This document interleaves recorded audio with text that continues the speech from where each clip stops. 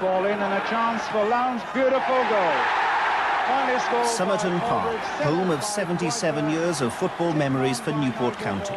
But no more. The ground is deserted, the club wound up by the High Court, the players, the staff sacked. The man who presided over the final rites is an American from Newport, Washington State, Jerry Sherman. So Newport is dead, or is it? The only time you're dead and buried, and it's for sure, is when you're on death row. And they tell you the power's still on and it's going to be on in 7 more minutes. That's not the case with us. Of course, we've got to get a league to play in. We've got to get a park to play in, you know, little things like that. But we'll sort something out. Eat the bloke now. Before he's done. Let everybody down, all the supporters, all the players.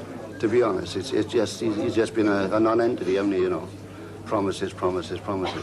I think he just wanted to get his name on a telly in the papers, and he just let everybody down. He's just looking after the number one, really. Do you think you could walk into a pub in Newport now quite happily? Been known to do so. I don't see any reason for quitting. What do you think the people back in Newport think of what has happened to the club? I don't think it's for me to say. What they think now and what they'll think 5 years from now, I don't know. I mean, take a look at the Norwich board. When they put their current management staff in there just 1 year ago, everybody wanted to toss dead chickens through their picture windows. Now they're the toast of the town. I mean, things like that changed. And unless you accept for the fact that you're in it for the long haul, and not every time's going to be good, then you're in the wrong business. Jerry Sherman is a difficult man to find. His current haunt seems to be the streets of Mayfair, wheeling and dealing with the money men, trying to raise £400,000 to wipe out Newport's debts. He first appeared on the scene as the man with the apparently bottomless bankroll in September 1986. But it wasn't until May last year that his company, JLA, was revealed to be behind the takeover of the club. Jerry Sherman became chairman in November, the same month that the club was issued with a winding-up order for debts of £126,000. In February this year, the club was eventually wound up, the debts around £330,000. Jerry Sherman claims he was kept in the dark about Newport's financial position by the club's administrators, accountants Touche Ross. Everybody kept saying, you pay 126, 145, and life as you know it will continue. Well, that's a crock. I mean, as soon as we got to court, we didn't have one barrister, we had 2 barristers sitting against us. And didn't take a nuclear physicist to have you put 2 and 2 together and say, as soon as you settle the first barrister's score, the second barrister's going to stand up. Well, when was that going to end? We had no idea when that was going to end. So that meant we pay $126,000 in to clear them up, plus whatever the cost might be. Then this guy's going to stand up. Well, how much do we have to fish up then? And how much more? Well, this is something that was never told to us, and this is something I object to strenuously. Okay, great, the secured creditors would be happy, but the unsecured creditors can wind you up just as fast, believe me. So this is something we needed to know. And it wasn't until first week of February that it finally came to us from Touche Ross that the amount owed was somewhere around 300 and change, which means we've got to come up with 400 and change to show that not only are we out of insolvency, you know, as far as clearing the debts, we've got money to carry on. But then again, that's only going to happen for a few more months. What happens after that? This is something else we have to try and plan out, and this is what's been taking the time. But it wasn't until the first week of February that we finally had an idea that it was indeed £330,000. But though someone might say it's the act of an economic idiot to move into a club or a business not knowing what the debts are, not knowing what the books are. Yeah, but had I not done so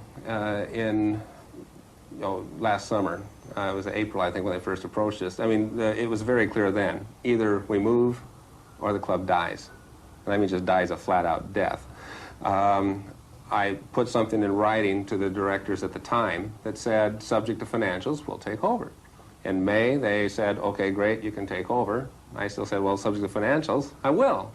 But at that point in time, they said, look, if you don't come in now, there is no more Newport County. So we just sort of had to take a big breath and say, what is it we have on hand that we can stick into the club right now and just hope this stuff comes to being. That's something I've only done one other time in my life, and I regret it. I will never do it again. And yet for here, I just thought, okay, you know, if we're going to have any chance at all with Newport, we're just going to have to suck it up and go. Why then did you put in money? Because I really, honestly, truly felt that once we got into it, we would have people being a little more forthcoming over there. They weren't. Therefore, I knew that one way or another, anything I've ever set my heart and my mind on, I would accomplish. And I know that I'll accomplish this. So I figured we'd just have to hope that the blood that was spilled would be minimal, but accept whatever it was that came along. Again, old sweetie saying is, you know, it's good to have a heart of gold, but you damn well better not have a head of gold.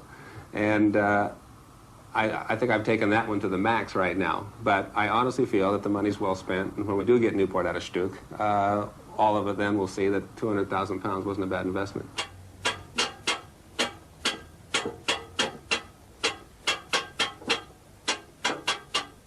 5 High Court appearances. The money will be there at the end of the year. The money will be there at the end of the month. The money will be there in 4 days' time. Even the judge was moved to say this sounds like a high-class version of the checks in the post. Well, given the post over here, but you know, I dare say that what we were trying to do was state that, yeah, we're going to, you know, we're going to pay the money, but we've always wanted justification of why it is we're paying it over. And I think it was very easy for even the judge to miss the second part. I mean, you like to know what you're paying for. And I honestly haven't seen it. One of the first casualties of Jerry Sherman's initial promises was former Newport manager John Lewis. Without money to buy players, his team was relegated, he was sacked. He asked me what departments of the team needed strengthening. And I said, well, we needed a centre forward. I said, but we already had a player on loan, and that was Jimmy Gilligan, who was now Cardiff. And he said, what sort of money would you need to buy him? So I said, I think Swindon won about 30,000 for him. So he said, is that all you want? And I said, well, you know, I'll have whatever you can give me. He said, what do you want, 60, 80,000?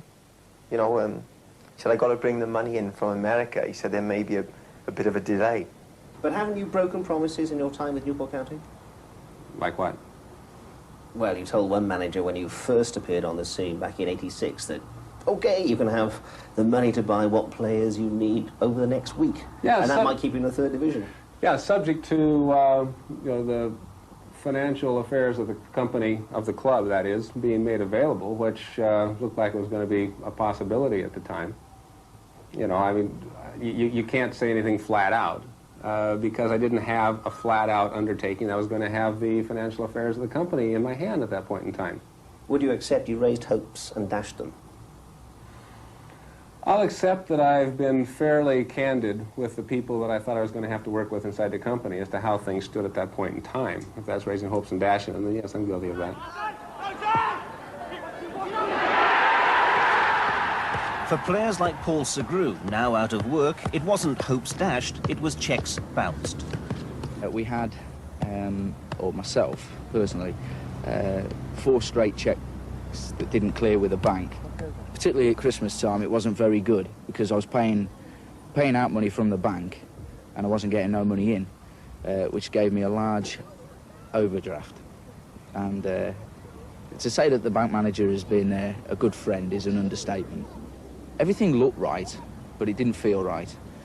We were staying in the nice hotels, we were having nice meals, and everything was run on a professional basis that way. And on the other hand, there was large debts mounting up all the time. The club's youngsters on their YTS schemes weren't paid their £29 a week, even though the club would eventually get the money back from the government. Well, problems came to light last July when certain of the trainees' training allowance was not being paid. They were being paid cheques by the club, but these cheques were being referred to drawer by the bank, and the trainees' parents made me aware of this situation. And it then came to light that all the trainees were in a similar position. My overriding concern was the welfare of those trainees who wanted to become professional footballers, and importantly that they wanted to become professional footballers with Newport County. It was very sad that they weren't given that opportunity. The financial affairs have not been too well coordinated over there, and I've never really had a chance to pay attention to it, mainly because there were bigger fires to put out. And so it's crazy that we're making payments of, like, you know, £50,000 over here, and you're right, a £29 bill goes unheeded over there. This is a situation that's intolerable, and it's just part of the reason, again, why I got sick and tired of having to live hand to mouth. because you can't keep a good control over anything. And this is part of the reason, again, why it's taken us so long to get the final items in place so that we can make the mechanizations possible that will allow Newport County to exist and have a long, good, happy future. As I say, I just got tired of it. You cannot run an organization that way. The manager should manage, you should have troubleshooters, you should have financial people, commercial people that actually have a staff and they go out and they handle only commercial things. But you were the chairman. You were the chairman. Didn't the buck stop with you? Unfortunately, the buck stopped right in my wallet, didn't they? We knew we had what there was to put out on just a, toss money at the problem situation. But we were in a situation with Newport County where 1 pound had to look like 3. And that's crazy. It's insane. It's ridiculous. And again, that's part of the reason why we stopped. We just had to say, let's retrench. Retrench really meant auction off Newport County, lock, stock and bootlace. All the memories, the trophies, the kit went for just £12,000. Right, lot 103, lot 103. It's a very fitting lot for this occasion, actually, because the lot is a large quantity of black armbands. What do we say for them? Must be worth something. So £1, must be worth £1 note to someone. £1, £1, I'll take 2. £1, I'll take 2 again. At £1, I'm going to do £1, a bit of £1. £1.50 I'll take. At £1 going down, £1.74. Finally, the stabbing by Dave Bruton. Aldridge, and this is one for Lowndes to chase, and he's got speed, and then Hurley ball in, and it's a good one. Just missed by Blythe, but a chance then, and number 2! Kevin Moore!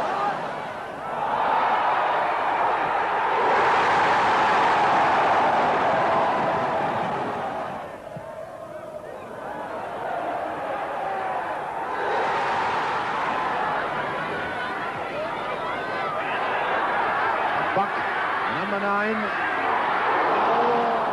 Been a supporter of Newport County for 20 odd years, so it's a bit of nostalgia. That belonged to Tommy Tynan, and I'm very pleased to have got it in the auction.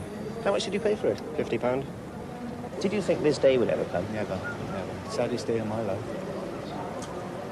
What's it like seeing all these things being sold off? Heartbreaking supporters there, the good supporters, and people from outside.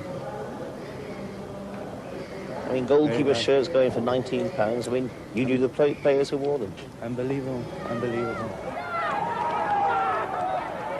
Yet, only 9 years ago, Newport County were winning the Welsh Cup, being promoted, and finding themselves on the verge of playing in European football. Len Ashurst, as manager of Newport County, let me interrupt you. What do you make of this reception? Well, it's wonderful, isn't it? It seems as if the whole town's turned out for us. And, well, you just have to look at the faces of the people who are down below there. They're ecstatic, and so are we. It's just marvellous. What have the players made of it?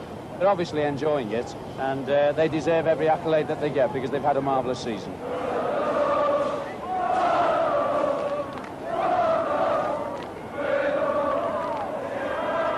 We committed ourselves to building a team with high wages, and then with the event of many things happening in the game, not getting the crowds that we wanted, we were very difficult to get a crowd of 5,500 average when we needed 5,000 to break even.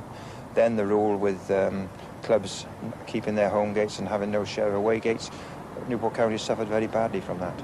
So obviously in those days we didn't foresee the changes that were taking place in the game. The club's problems were made worse by the fact that it had to sell Somerton Park back to Newport Borough Council to pay off debts. The price, £220,000, a bargain if it were ever redeveloped for housing. The council claims it did everything it could and more to help Newport County, writing off hundreds of thousands of pounds in debts. Jerry Sherman is not so convinced. It does seem that Newport County didn't get the best of all shakes. I'm sure the Borough Council is going to come back and say, well, if we didn't do that, they would have died.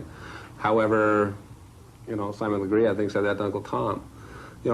We have to see what type of deal we got from the Borough Council on that. The lease is amazing in itself. I mean, what is it, 22,000 quid a year we pay for that, 880 pounds a match. That's the rent we got to pay, and that's how much money we got to generate before anything else is paid. That seems a little steep to me, for someone who's trying to save Newport County, if that's what the Borough Council said they were trying to do. The town of Newport still figures large in Jerry Sherman's grandiose vision of the future. There will still be football there, he says, but not at the existing ground. We obviously don't want to stay at Somerton Park.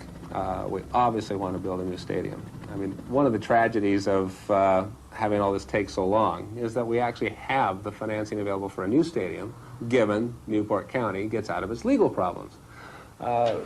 Anybody that knows me, and the reporters that talked to me a couple of years ago, knew that I had an opinion then of stadiums that has been all too tragically borne out in recent times here.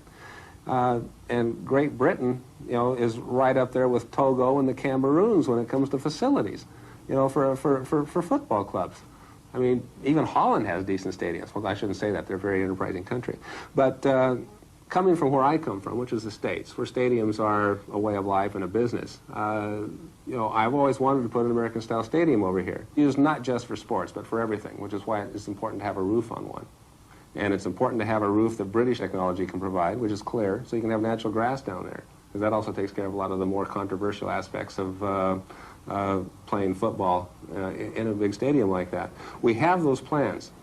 Are you saying that Newport, if you have your way, will have something like the Houston Astrodome? We call it Houston. And yeah, the Astrodome was the first of the dome stadiums. And yeah, I'll say we'll have something like that, only much better. The question is, how credible is Jerry Sherman? Business deals back in Canada left him owing hundreds of thousands of dollars. The police were called in to investigate one deal where fraud was alleged.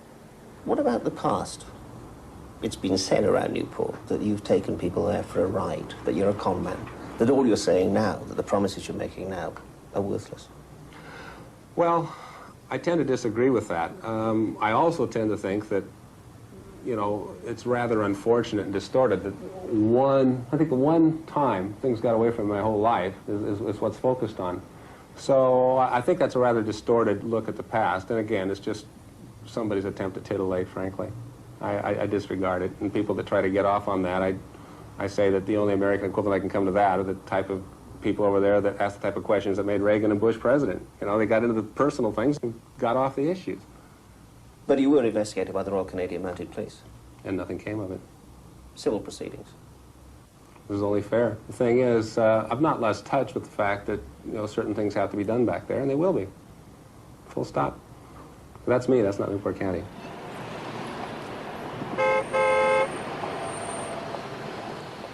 On the streets of Mayfair, Jerry Sherman cuts an imposing figure as he wheels and deals. But in what?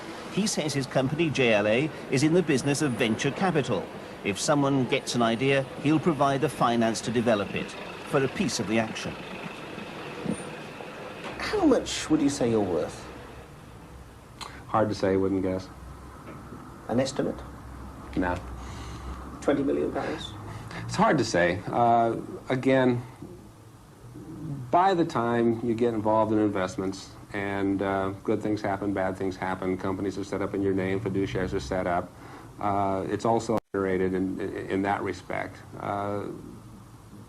You don't keep track, because some things aren't in your name, some things are. I dare say that I've got £1 in my pocket more than what I need. I just wish I had that applied to Newport right now. But would you measure your own personal wealth in terms of millions? No. You wouldn't? No. So £400,000 is a lot of money to you? I think £400,000 is a lot of money to anybody. And if they're not, then they're crazier than I think I am. How much would you say you've put into Newport County since you began your involvement with them? Almost $200,000. Out of your own pocket? Hmm. Can you afford to lose that sort of money? J. Paul Getty might, but I'm not him. I don't consider it money lost because of the fact that I see a long future for Newport County. I see it as seed money. You're that confident? If I wasn't confident, I wouldn't be talking to you right now, would I? Gwent's evening newspaper, the South Wales Argus, has never been convinced by the words and promises of Jerry Sherman. Staff there believe he became involved with the club not as an act of generosity, but as a way of benefiting both himself and his business by trading on Newport County's name. you get the impression of what he's doing. He's trying to use the name. People in America particularly, if he says that he's a chairman of Newport County Football Club, a big club in Britain, they probably think he might be the chairman of something like Liverpool or Arsenal or something, whereas in reality, of course, there's no truth in that. So I think really that's the reason that he's using that sort of the title to try and help himself set up business deals. How do you think Jerry Sherman's going to be remembered in Newport? Essentially, as the man who brought Newport County down to its heels, really. A very flamboyant character who tried... Some people might think that he tried to save the club because of the image that he presents, that he's got all this money. He told me once that he had £20 million. And if he had £20 million, one would imagine that he could have come up with £126,000 and paid that off quite easily. Really. Can Wilson pull something out of the bag for the second? That's the one Southampton hates. And there's a chance, it's a goal! But will a Newport County team ever relive great moments of the past? As it stands, the club has been wound up by the courts, but not liquidated. If Jerry Sherman can come up with £400,000, he believes the club could be revived in some form or another. But why? What's in it for an American businessman who first heard of Newport County reading the British football results back in Canada? My heart, says Newport County should be a focal point from it, but Newport has to have some business justifications, obviously. I see it as part of a bigger picture, not just a tax loss, but if we can actually pull Newport out of shtick, what can we do for your business? Got that? And that's the way we're going to be looking at it. And not only that, it's also good for business entertainment.